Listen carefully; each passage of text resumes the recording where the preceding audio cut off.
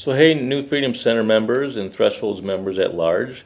This is part 3 about the how to communicate without a phone or internet talk. We've been talking about 2 possible scenarios. This is part 3, this third scenario. But before I get into it, I did want to talk just briefly for that last scenario of, okay, we have a cell phone but no internet. So if things really hit the fan and it gets tough, this would be the most likely the scenario. Depending on the scale of a crisis, or telecommunication systems might become useless. So what options do we have? I already explained the 3 options. You can still use your cell phone. You just don't have internet. So essentially you can use your cell phone like a walkie-talkie. The 3 apps that are the best is an app called FireChat. I mentioned that before. The Serval project, which the app is called, for Android it's called Serval Mesh, and for Apple it's called Serval Chat, and don't forget Gotenna. So let's get into the third scenario, which is we have a cell phone and we do have internet, which is the situation we're in now. This is the scenario we hope for always. So we're really blessed right now to be able to use all our communications to the best we can. Even though our phones might not function as easily as they were before, some of you might have noticed some problems connecting. Maybe you've had drop calls, maybe it's been a little staticky. We can work with this, we can work around with that. So, but we do have other options too if we have cell phone and an internet, and I'm going to talk about that now. The first one is text messaging. We all do text messaging if we have smartphones, I think, or a lot of us do. The great thing about text messaging is it uses a lot less bandwidth than a phone call. The text might get sent through long before you can successfully call somebody. Because what happens is if so many people are using up the cell phone lines, the cell phone lines can get overwhelmed. It's hard to get calls in. So texting is more reliable. Second, remember social media. Facebook and other social media profiles provide the ability to mark yourself safe, quote, during a natural disaster. Update your social media profiles thoroughly. You know, it's good to keep in touch with people and update them, explaining where you are or where you are planning to go next.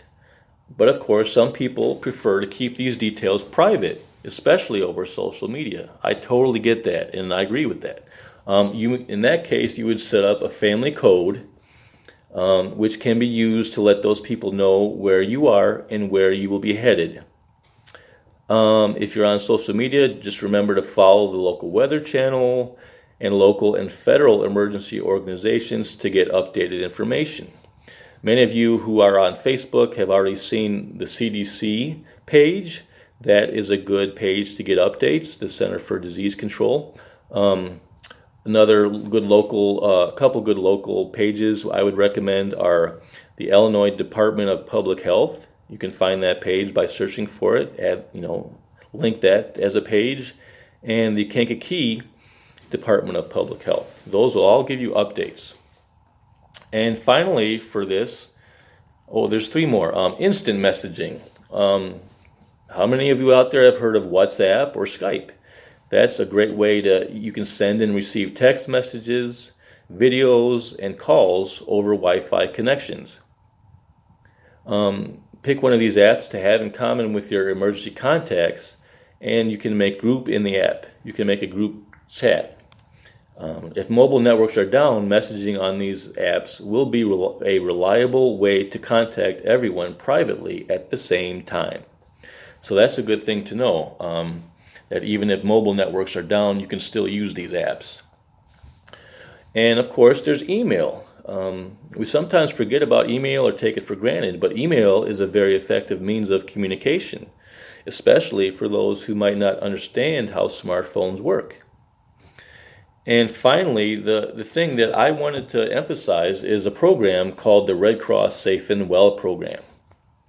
The American Red Cross has created a community page where you can list yourself as safe and well, and leave a message for the people who look up your name.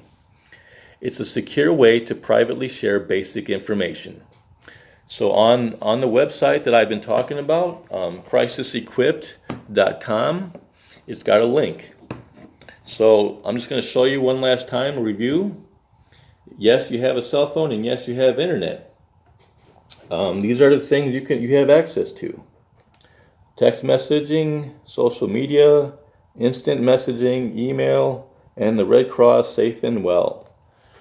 So above all, just remember that even during this crisis, think of things to be grateful for. We are so grateful that in this age of technology, we can reach out to people, and we have so many different ways to connect to people and keep talking.